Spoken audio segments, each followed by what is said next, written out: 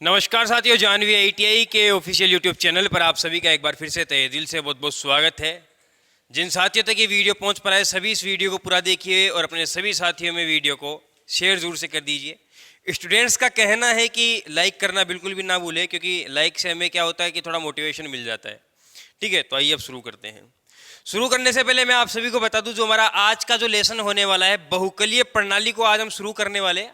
हालांकि इसकी ये जो क्लास आप देख पा रहे हैं ये क्लास रूम के अंदर पहले भी हो चुकी है, लेकिन स्टूडेंट्स का कहना था कि सर दोबारा से इसको करवाया जाए और आप तक भी ये वीडियो पहुंच नहीं पाया, इसीलिए चलो ठीक है भाई, दोबारा हम इसको करवा देंगे। गिसरे तो है नहीं अपन नहीं। अभी यहाँ पर इसकी पहली क्लास होने वाली है। पहली क्लास देखिए यहाँ से लेके यहाँ तक होगी। मामला बहुत बड़ा लग रहा है, लेकिन इतना बड़ा है नहीं जितना बड़ा है आपको लग रहा है। यहाँ पर सबसे पहले परिचय की बात आती है। देखिए परिचय के अंदर तो आज हम यही जानेंगे कि बहुकलीय प्रणाली नाम कहाँ से निकला है, बहुकलीय प्रणाली से क्यों कहते हैं हम। ठीक है, देखिए बहुकलीय, इसके अंदर दो नाम है। एक तो बहु, एक अपनी थ्योरी का एक थोड़ा छोटा सा नाम है जिसको हम समझेंगे, और दूसरी चीज कलीय। ठीक है, बहुकलीय दो चीजों से मिलकर के बनाए बहुकलीय। ये बहु का मतलब क्या होता है, हिंदी में हमने पढ़ा बहुवचन पढ़ा था, हमने बहुवचन पढ़ा था, मतलब एक या दो से अधिक को हम बहुवचन कहते हैं। ठीक है, तो भाई दो या दो से अधिक, ये तो किसका नाम आ गया, ये तो बहु की मैंने आपको समझा दिया कि बहु क्या है यहाँ पे। ठीक है, और यहाँ पे कलीय मतलब क्या होता है भाई, फेज। क्या होता है भाई, फेज, मतलब दो या तीन फेज, जिसे हम कहते हैं थ्री फेज, टू फेज, मतलब सिंगल फेज से अधिक। देखते हैं हम, हमारे पास आता है आरवाईबी, आता है भाई आरवाईबी, तो उसे हम क्या कहते हैं भाई, हम उसे कहते हैं बहुकलीय। इसके बाद में परिचय के अंदर एक चीज और याद रखना, हमारे पास तीन फेज निकल करके आते हैं आरवाईबी। क्या निकल करके आते हैं भाई, आरवाईबी। आरवाईबी जब निकल करके आते हैं तो तीनों के अंदर वोल्टेज होगा। तीनों के अंदर क्या होगा, वोल्टेज होगा। तो मैं आपसे पूछूं, क्या तीनों फेजों के अंदर वोल्टेज समान होगा? क्या तीनों फेजों के अंदर वोल्टेज समान होगा? तो बिल्कुल, यहां पे जितने फेज आपको नजर आ रहे हैं, तीन फेज नजर आ रहे हैं, तो तीनों फेजों के अंदर जो वोल्टेज होगा वो 230 वोल्टेज होगा। कितना होगा भाई, 230 वोल्टेज होगा, मतलब हमारा वोल्टेज समान होगा। दूसरी चीज आती है फ्रीक्वेंसी की। दूसरी क्या चीज आती है भाई, फ्रीक्वेंसी की। यहां पर जो फ्रीक्वेंसी है, फ्रीक्वेंसी भी तीनों में समान होगी। और कितनी होगी, 50 हर्ट्ज, 50 हर्ट्ज और 50 हर्ट्ज। एक चीज बच गई है यहाँ पे, क्या, करंट। क्या बच गई भाई, करंट। क्या करंट भी यहां पर समान होगी? क्या करंट भी यहां पर समान होगी? तो कई लोगों का कहना होगा जी हाँ सर, यहां पर जब वोल्टेज समान है, फ्रीक्वेंसी समान है, तो करंट भी समान होगी। लेकिन मैं कहता हूं कि यहां पर करंट तीनों के अंदर समान नहीं होगी, क्योंकि पिछले ही चैप्टर्स में हमने जाना है कि जो हमारी करंट की वैल्यू होती है वो लोड के अनुसार घटती और बढ़ती रहती है। जाना था हमने कि हमारी जो करंट की वैल्यू होगी, जितना लोड आप बढ़ाओगे करंट उतना ही बढ़ जाएगा। मान लीजिए कि आपने आर फेज के अंदर थोड़ा सा लोड ज्यादा बढ़ा दिया है, तो करंट की वैल्यू वहां पर बढ़कर के आपको नजर आने लगेगी। इसी प्रकार से मान लीजिए कि वाई फेज के अंदर आपने लोड बिल्कुल ही कम कर दिया है, तो वहां पर करंट की वैल्यू बिल्कुल ही कम हो जाएगी। ठीक है, और यहाँ पर बी फेज के अंदर यदि मान लीजिए करंट की वैल्यू मीडियम है, तो यहाँ पर लोड भी मीडियम रहेगा। तो करंट की वैल्यू क्या रहेगी भाई, अलग अलग रहेगी, लोड के अनुसार वो रहेगी। यहाँ पर वोल्टेज और फ्रीक्वेंसी जो है वो समान रही, यहाँ पर तीनों के अंदर समान रहेगी। इतनी बातें समझ में आ गई। इसके बाद में बात आती है शक्ति की। ठीक है, शक्ति जिसे हम पावर कह सकते हैं।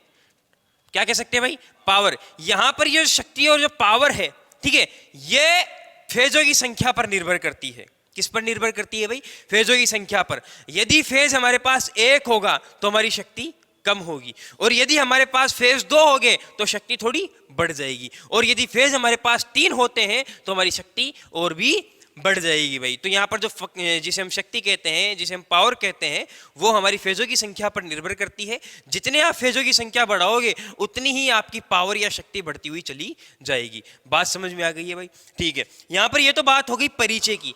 इसके बाद में आज हम इस लेसन के अंदर जो जानने वाले हैं, बहुकलीय प्रणाली के बारे में अच्छे से हम समझने वाले हैं कि थ्री फेज कैसे बनते हैं, क्यों बनते हैं, और ये थ्री फेज कहां से आए हैं। हर एक चीज पर चर्चा करेंगे। तो चर्चा करने से पहले आप सभी से निवेदन है कि जो भी चैनल पर नया है, चैनल को सब्सक्राइब कर लीजिए और बेल आइकन को ऑन कर लीजिए। आइए साथियों शुरू करते हैं। यहां पर सबसे पहले हमारे पास बात आता है ऐसी बहुकलीय प्रणाली के लाभ। भाई है तो हमारे पास सिंगल फेज भी होता है, भाई हमारे पास होता तो सिंगल फेज भी है, लेकिन हमने थ्री फेज क्यों बनाया? हमने थ्री फेज क्यों बनाया? और यहां पर थ्री फेज के कोई तो लाभ हो गए। भाई कोई तो लाभ होगा तभी तो हमने थ्री फेज बनाया। तो यहां पर पहला लाभ क्या है, पतले तारों का प्रयोग होता है। जब आप सिंगल फेज और थ्री फेज की सप्लाई में आप अंतर देखोगे तो सबसे पहला अंतर तो यही देखने को मिलेगा कि जो सिंगल फेज का वायर होता है थोड़ा मोटा होता है। क्या होता है भाई, थोड़ा मोटा होता है। और यहां पर जो थ्री फेज का वायर होता है थोड़ा सा उससे अपेक्षा पतला होता है। बात समझ में आ गई। इसके बाद में दूसरी चीज है टॉर्क।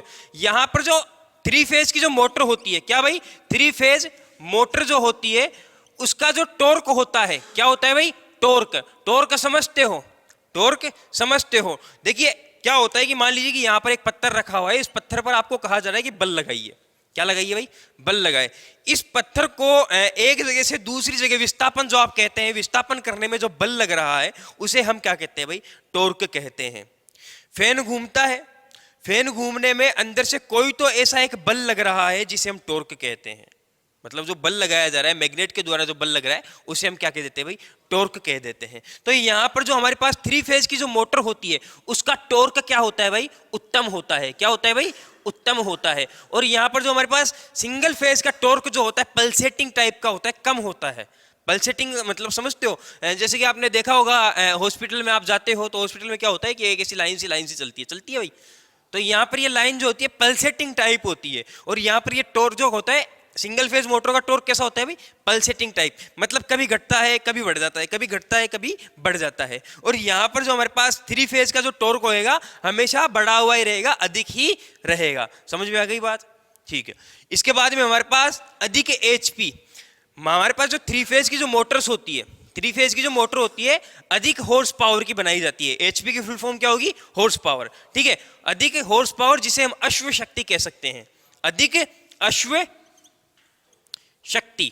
क्या भाई, अधिक अश्व शक्ति की हमारे पास ये मोटरें बनाई जाती है। और जबकि सिंगल फेज की मोटरों की बात करूं तो सिंगल फेज की जो मोटर्स होती है भाई कम एचपी की बनाई जाती है, कम अश्व शक्ति की बनाई जाती है। अब इसके बाद में बात आई दक्षता की, ठीक है। यहां पर जो दक्षता और पावर फैक्टर होगा एफिशिएंसी, ठीक है। एफिशिएंसी देखिए कब बढ़ती है, देखिए जैसे कि मैं आपको बताऊं, कभी कभी क्या होता है कि हमारे अंदर कई अवगुण होते हैं। क्या, एक तो हम धीरे धीरे काम करते हैं, एक हम कहीं जाते आते नहीं है, हम घर पे ही पड़े रहते हैं, कोई काम धंधा नहीं करते हैं, तो हमारी जो एफिशिएंसी है वो कम है। इसका मतलब क्या है, हमारी एफिशिएंसी कम है। हम आधी से ज्यादा बार बीमार रहते हैं तो हमारी एफिशिएंसी कम है। तो यहाँ पर क्या होता है, जो सिंगल फेज की मोटरें होती है उनकी एफिशिएंसी कम होती है, मतलब इनके अंदर जो शक्तियां होती है, शक्तियां अधिक होती है सिंगल फेज की मोटर्स के अंदर। और थ्री फेज की मोटर्स की अगर मैं बात करूं तो थ्री फेज की मोटर ऐसी मोटर है जिसके अंदर शक्तियां कम से कम होती है। जैसे कि कहे कि थ्री फेज की मोटर के दुख दर्द बहुत कम होते हैं भाई, ठीक है। और सिंगल फेज की मोटर के दुख दर्द थोड़े ज्यादा होते हैं। तो दक्षता अधिक होती है, पावर फैक्टर भी अधिक होता है थ्री फेज की मोटर को, ठीक है। पावर फैक्टर अधिक होता है। इसके बाद में बात आती है सेल्फ स्टार्ट होती है। हमारे पास जो थ्री फेज की मोटर होती है वो सेल्फ स्टार्ट होती है, जबकि मैं सिंगल फेज की मोटर की बात करूं तो वो कभी भी सेल्फ स्टार्ट नहीं होती, उसे सेल्फ स्टार्ट बनाना पड़ता है। किस प्रकार से बनाते हैं, आपने पंखा देखा होगा, आपने कूलर देखा होगा, उसके अंदर आप एक कैपेसिटर नाम की एक युक्ति लगाते हैं। क्या लगाते हैं भाई, कैपेसिटर नाम की एक युक्ति लगाते हैं। तो यहां पर जो आपका कैपेसिटर है, ठीक है, क्या भाई, कैपेसिटर। ये कैपेसिटर क्या करता है पंखे के अंदर, फैन के अंदर क्या करता है, आप सभी को पता है। जो आपका फैन चलता है सिंगल फेज से चलता है भाई, किससे चलता है, सिंगल फेज से चलता है, सभी को पता है। पंखा किससे चलता है, सिंगल फेज से। जब भी आप कहीं पर सिंगल फेज किसी मशीन के अंदर देते हो तो वो मशीन आपकी कभी भी सेल्फ स्टार्ट नहीं होगी। सेल्फ स्टार्ट मोटर को करने के लिए कम से कम दो फेजों की आवश्यकता होती है, कम से कम दो फेजों की आवश्यकता। तो यहाँ पर जो आप कैपेसिटर नाम की युक्ति फैन या कहे कि कूलर में जो लगा रहे हैं आप, उसे एक फेज को क्या कर देता है, वो दो फेजों में विभक्त कर देता है। मतलब कैपेसिटर फैन या कूलर के अंदर क्या कर रहा है, एक फेज को दो फेजों में बांट रहा है। जैसे कि मैं आपको एग्जांपल बताऊं, यहां पर हमारे पास ये आ रहा है एक फेज और यहां पर आपने लगा दिया क्या, कैपेसिटर, और कैपेसिटर लगने के बाद ये यहां से दो फेज बन गए। एक फेज था, दो फेज बन गए। तो यहाँ पर कैपेसिटर काम यही करता है कि एक फेज को दो फेजों में विभक्त करता है और यहाँ पर घूर्णनीय टाइप का मैग्नेटिक फील्ड बनाता है और हमारे जो फैन है उसको सेल्फ स्टार्ट बनाता है। सेल्फ स्टार्ट कभी भी फैन होता नहीं है, ठीक है, सेल्फ स्टार्ट इसको बनाना पड़ता है। और यदि मैं बात करूं कि थ्री फेज मोटर्स की, तो थ्री फेज की जो मोटर होती है भाई क्या होती है, सेल्फ स्टार्ट होती है। और यह सेल्फ स्टार्ट क्यों होती है, क्योंकि इसके अंदर क्या होता है भाई, घूर्णनीय चुंबकीय चुंबकीय क्षेत्र होता है। अब यह घूर्णनीय चुंबकीय क्षेत्र क्या है? शादियों में गए हो कभी? जिम्बा गया छो तो बंड कहीं लाइटें लगी, वहां पे क्या, सॉरी वहां पे क्या है, लाइटें लगी हुई होती है, और लाइटें जो लगी हुई होती है कुछ इस तरह से डिजाइन बनाई जाती है। आप यहाँ देखना कभी कभी पहले हरी लाइट चलती हुई आएगी यहाँ से यहाँ तक, यहाँ से यहाँ तक, फिर उसके बाद से उसके पीछे पीछे पीली आ जाएगी, फिर उसके पीछे पीछे लाल आ जाएगी, फिर नीली आ जाएगी, फिर वो सतरंगी टाइप कुछ लाइट हो जाए, वो पूरे कार्यक्रम हो जाए जो चालते ही रहे। ठीक है, तो यहाँ पर क्या होता है, जो मैग्नेटिक फील्ड होता है ना, घूर्णनीय मैग्नेटिक फील्ड, वो भी बिल्कुल ऐसा ही होता है। किस प्रकार से होता है? यह मान लीजिए कि यहाँ पर रोटर है। क्या है भाई? रोटर, जो कि मोटर का घूमने वाला पार्ट होता है उसे हम क्या कहते हैं? रोटर कहते हैं। और यहां पर हमारे पास ये 3 फेज की मोटर है, जहां पर इसके ये 3 हमारे पास पोल है। क्या है भाई? 3 हमारे पास ये पोल है। यहां से एक बार के लिए मान लीजिए एन पोल है। यहां पर क्या होता है कि वेव को समझने की कोशिश कीजिएगा। ये हमारे पास 3 फेज की एक वेव होती है, ये 3 फेज की वेव है, और जस्ट 120 डिग्री के बाद यहाँ से हमारी दूसरे फेज की वेव चालू हो जाती है, और यहाँ से जस्ट 120 डिग्री बाद हमारे पास तीसरे फेज की वेव चालू हो जाती है। तो ये हमारे पास क्या है भाई? 3 फेज एसी की वेव है। क्या है भाई? 3 फेज एसी की वेव है। अब यहाँ पर जैसे कि जब तक ये वेव यहाँ से यहाँ तक रहेगी, ठीक है, यहाँ से यहाँ तक रहेगी, तब तक हमारा जो ये पोल रहेगा एन पोल रहेगा। लेकिन जैसे ही ये माइनस में चली जाती है, ये पोल हमारा एस पोल बन जाएगा। लेकिन जैसे ये एस में जाती है तो उससे पहले यहां से एन वापस से शुरू हो जाता है। क्या हो जाता है? एन वापस से शुरू हो जाता है। तो फिर एन यहां पर बन जाता है, एस यहां आ जाता है, फिर एस यहां चला जाएगा, एन यहां बन जाएगा, फिर एन यहां बन जाएगा, एस आगे चला जाएगा। तो इस तरह से क्या है, ये एन घूमता ही रहता है। देखिए मैग्नेटिक फील्ड में नजर तो नहीं आता, लेकिन यदि कभी ये आपको नजर आ जाएगा तो ये आपको घूमता हुआ नजर आएगा। ठीक है, वैसे नजर नहीं आएगा, लेकिन मान लीजिए कि किसी कारणवश आप इसको देखते हैं या फिर इसकी कल्पना करते हैं कि घूर्णनीय मैग्नेटिक फील्ड कैसा होता होगा, तो वो ऐसा ही होता है कि एन यहां से घूमता हुआ आपको प्रतीत होगा, एस यहां से आपको घूमता हुआ प्रतीत होगा। और यहां पर इस घूमने के कारण ही इसे मान लीजिए कि ये पोल है और ये पोल इस तरह से घूम रहा है, इस तरह से आपको घूमता हुआ प्रतीत हो रहा है, और ये रोटर का ये वाला भाग है, ये वाला हिस्सा, ठीक है, ये रोटर का ये वाला हिस्सा है। अब क्या होगा कि जैसे कि ये एन पोल है, तो इस एन पोल के साथ साथ ये वाला आपका ये हिस्सा भी घूमता हुआ चला जाएगा, और मोटर के अंदर किसी कैपेसिटर की हमें आवश्यकता नहीं पड़ी और हमारी मोटर सेल्फ स्टार्ट हो जाएगी। बात समझ में आ गई भाई? एक चीज यहां पर मैंने बताई कि 3 फेज की जो वेव होती है, तीनों फेजों के अंदर 120 डिग्री का क्या होता है भाई? अंतर होता है। क्या होता है? 120 डिग्री का अंतर होता है। और अगर 2 फेजों की बात करूं तो 2 फेज के अंदर 90 डिग्री का अंतर होता है। कितना होता है? 90 डिग्री का अंतर होता है। इसके बाद में 6वां पॉइंट है कि यहां पर लाइट एंड फैन और पावर के लिए, दोनों के लिए हम 3 फेज को काम में ले सकते हैं। मैं बात करूं यहां पर स्टार कनेक्शन की। देखिए 3 फेज के कनेक्शन 2 प्रकार से होते हैं। एक्सक्यूज मी सर, हाँ इधर देख लीजिए ना, वरना जीवन में इतने विचलित हो जाओगे कुछ नजर नहीं आएगा आगे पीछे। हाँ, अब यहां पर क्या है, हमारे पास लाइट एंड फैन और पावर के लिए हम 3 फेज को काम में ले सकते हैं। आपको मैं बताऊं, हमारे पास जो 3 फेज के जो कनेक्शन होते हैं कुछ 2 प्रकार से होते हैं। पहला होता है स्टार, दूसरा होता है डेल्टा। ठीक है, 2 प्रकार के होते हैं। आप में से कई लोग स्टार और डेल्टा को जानते होंगे, कई लोग नहीं जानते होंगे। नहीं जानते तो इस लेसन में जान लेंगे, इसीलिए लेसन शुरू करवाया गया है। स्टार की यदि मैं बात करूं तो स्टार के अंदर भी क्या होता है भाई? 3 फेज होते हैं, आर वाई बी। क्या होते हैं भाई? R Y B. ये आर वाई बी स्टार के अंदर 3 प्रकार के कनेक्शन होते हैं।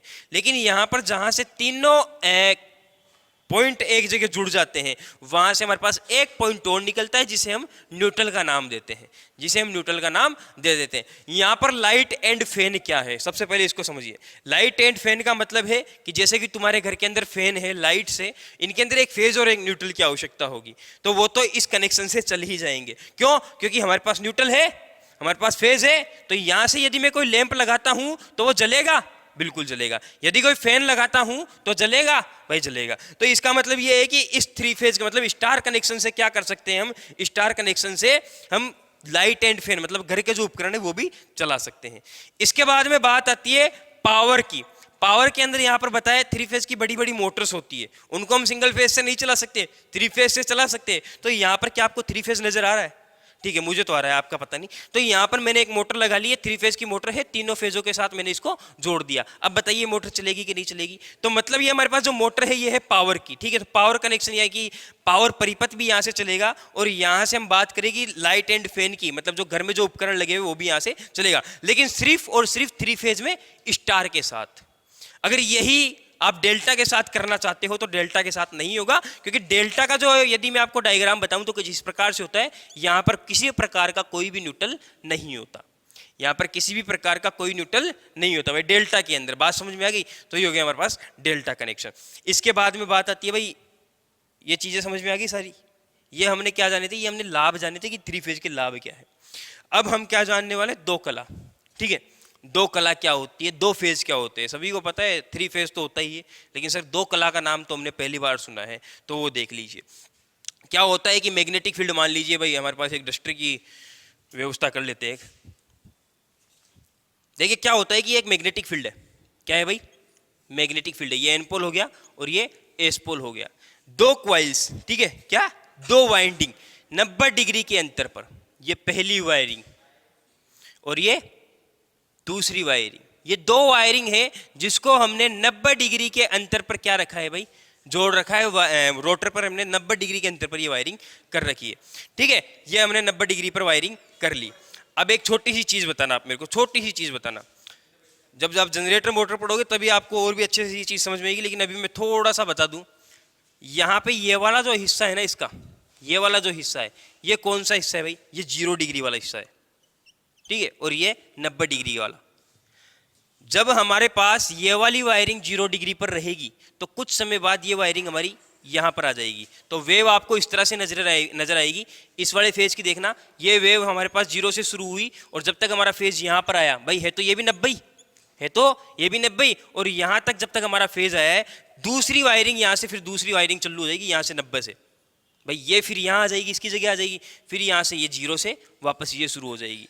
तो इसी प्रकार से ये जो वेव है ये बनती ही रहेगी। यहाँ पर जो वाइंडिंग की है हमने 90 डिग्री के अंतर पर की है, इसीलिए यहाँ पर दोनों फेजों के अंदर हमेशा 90 डिग्री का अंतर आएगा भाई। 2 फेज के अंदर कितने डिग्री का अंतर होता है? 90 डिग्री का। ये चीज समझ में आई है कि नहीं आई?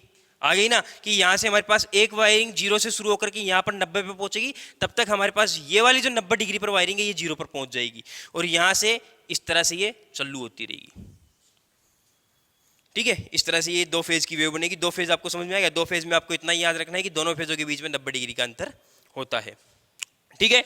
इसके बाद में नेक्स्ट है 3 फेज। 3 फेज के अंदर मैंने जैसा कि आपको बताया कि 120 डिग्री का अंतर होता है। कितने डिग्री का अंतर होता है?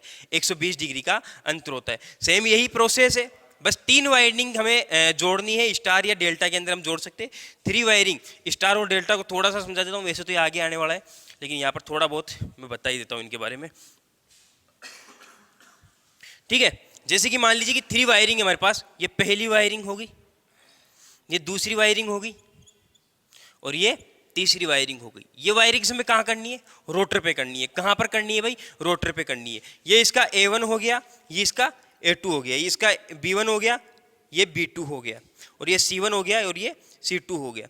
हमेशा याद रखना, जब भी आपको स्टार कनेक्शन बनाना हो, ठीक है, जब भी आपको स्टार कनेक्शन बनाना हो तो 1-1 वाले जितने भी सिरे या तो इनको शॉर्ट कर दीजिए या 2-2 वाले सिरों को शॉर्ट कर दीजिए। और यहाँ से हमारे पास 1-1 को हमने शॉर्ट करके हमारे पास ये 3 सिरे बाहर निकल चुके हैं। ये वायरिंग हमने कहाँ पर की थी? रोटर पे की थी। कहाँ पर? रोटर पे। और यहाँ पे हमारे पास ये है मैग्नेटिक फील्ड। ये क्या है भाई? Magnetic field. जब इसको हमारी इस वायरिंग को किसी मैग्नेटिक फील्ड के बीच में घुमाएंगे हम, तो यहाँ पर हमें क्या मिलेगा?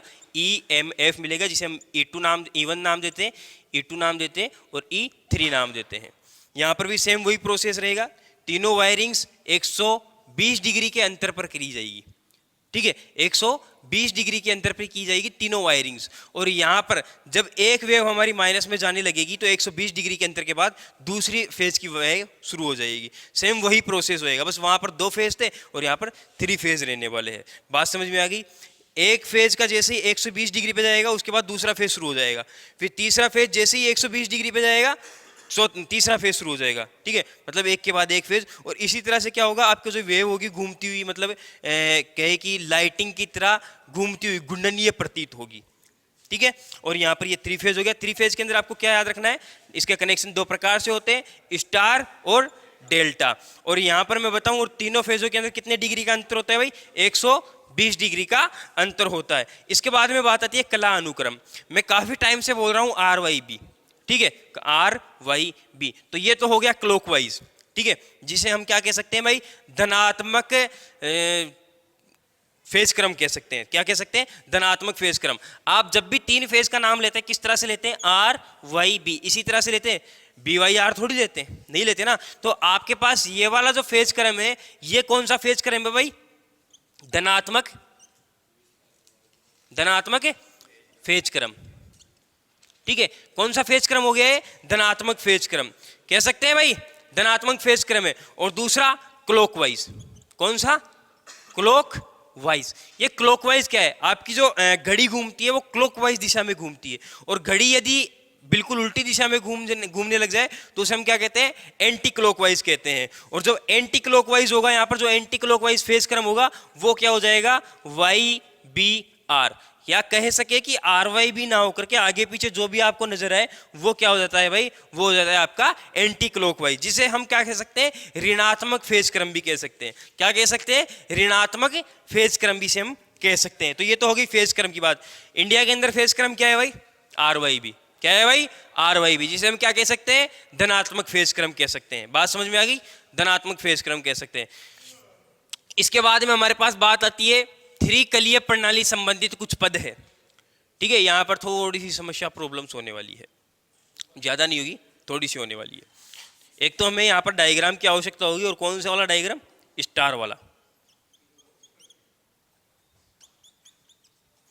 ये हमने स्टार का एक डायग्राम बना लिया। यहां पर सबसे पहले बात आती है कला फेज, ठीक है। कला का मतलब यहां पर क्या है भाई, फेज है, ठीक है। कला का मतलब यहाँ पे क्या है, फेज, और वोल्टेज का मतलब वोल्टेज। तो फेज वोल्टेज हमें बताना है कि फेज वोल्टेज क्या होती है। सबसे पहले मैं पूछूं फेज क्या होता है, तो फेज आप कहोगे सर हमारे घर पे सिंगल फेज आता है, और सिंगल फेज के अंदर एक न्यूट्रल और एक फेज होता है हमारे पास। तो देखिए यहाँ पर ये तो हो गया हमारे पास न्यूट्रल, और ये हो गया हमारे पास एक फेज। इन दोनों के बीच में जो हम वोल्टेज मापेंगे, ठीक है, इन दोनों के बीच में एक आपको वोल्टमीटर लेना है। वोल्टमीटर का एक सिरा आपको सप्लाई 3 फेज की होनी चाहिए, न्यूट्रल पे लगाना और एक फेज पे लगाना है। तो वहां पर वो क्या होता है भाई, वो आता है आपका फेज वोल्टेज। अगर मैं घर की बात करूं तो घरों के अंदर कौन सा वोल्टेज आता है, फेज वोल्टेज आता है, क्योंकि वहां पर एक न्यूट्रल होता है और एक फेज होता है। तो वहां पर हमारे पास फेज वोल्टेज आता है, और इस फेज वोल्टेज को हम VP से दर्शाते हैं। किससे दर्शाते हैं भाई, VP से दर्शाते हैं। बात समझ में आ गई। इसके बाद में बात आती है लाइन वोल्टेज, ठीक है, जिसे हम VL से दर्शाते हैं। किससे दर्शाते हैं, VL से। लाइन वोल्टेज का मतलब है कि 2 फेजों के बीच में मापा गया वोल्टेज। किसके बीच में, 2 फेजों के बीच में मापा गया वोल्टेज। ये आपके पास एक फेज है, ये आपके पास दूसरा फेज है। इन दोनों फेजों के बीच में यदि आप वोल्टेज मापते हो तो इसे आप क्या कह सकते हैं, इसे आप कह सकते हैं लाइन वोल्टेज, ठीक है। इसे आप लाइन वोल्टेज कहोगे, 2 फेजों के बीच में। यहां पर न्यूट्रल नहीं होगा, गौर से सुनिएगा, यहां पर न्यूट्रल नहीं होगा, सिर्फ और सिर्फ 2 फेज हो गए, दोनों फेजों के बीच में हम वोल्टेज माप रहे हैं, इसे हम लाइन वोल्टेज कहेंगे। सेम इसी प्रकार से यहां पर आता है IP, ठीक है, सॉरी IP मतलब फेज धारा, मतलब फेज धारा। एक न्यूट्रल और एक फेज के बीच में यदि हम धारा मापते हैं तो हम उसे क्या कह सकते हैं भाई, उसे हम कहेंगे फेज धारा। क्या कहेंगे, फेज धारा। इसी प्रकार से यदि 2 फेजों के बीच में, ठीक है, 2 फेजों के बीच में वोल्टेज नहीं नापते, अब हम यदि धारा नापते हैं तो हम इसे क्या कह सकते हैं भाई, लाइन धारा, IL। क्या कह सकते हैं भाई, IL यानी कि लाइन धारा। इसके बाद में बात आती है कला पावर, फेज पावर। पावर का सूत्र क्या होता है, VI cos फाई, ठीक है, ये पावर का फॉर्मूला होता है।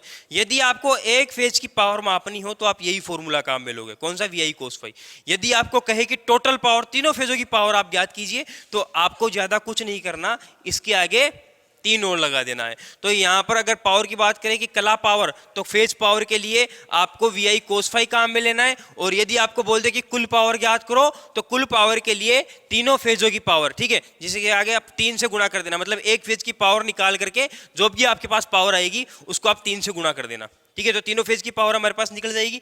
इसके बाद में बात आती है संतुलित लोड की। संतुलित लोड और असंतुलित लोड में क्या होता है, तीनों फेजों पर यदि समान समान लोड है, ठीक है, तीनों फेजों पर यदि समान लोड है तो वो होता है आपका संतुलित लोड। मान लीजिए कि आपके पास ये 3 फेज है और 3 फेज 3 गलियों के अंदर जा रहा है, यहां पर 2 फैन चल रहा है, यहां पर 2 फैन चल रहा है, यहां पर 2 फैन चल रहा है, सिर्फ 2 फैन चल रहे हैं, समान पावर के, समान वाटेज के, सब कुछ समान एचपी के, जो भी है सब कुछ समान समान है, उनका रेटिंग वेटिंग सब समान है, तो वो आपका जो लोड होगा वो संतुलित लोड होगा। अगर इसी प्रकार से मान लीजिए यहाँ पर एक एसी लग गई, यहाँ पर एक टीवी लग गई, यहाँ पर एक ही फैन रह गया, यहाँ पर एक ही फैन रह गया, अब ये क्या हो जाता है असंतुलित लोड। अभी क्या हो जाता है असंतुलित लोड। तो संतुलित लोड और असंतुलित लोड समझ में आ गया, ठीक है। तो ये थी आज की एक छोटी सी क्लास। उम्मीद है आपको वीडियो अच्छा लगा होगा। वीडियो अच्छा लगा है तो वीडियो को लाइक, चैनल को सब्सक्राइब और बेल आइकन को ऑन जरूर से कर लीजिएगा। धन्यवाद साथियों।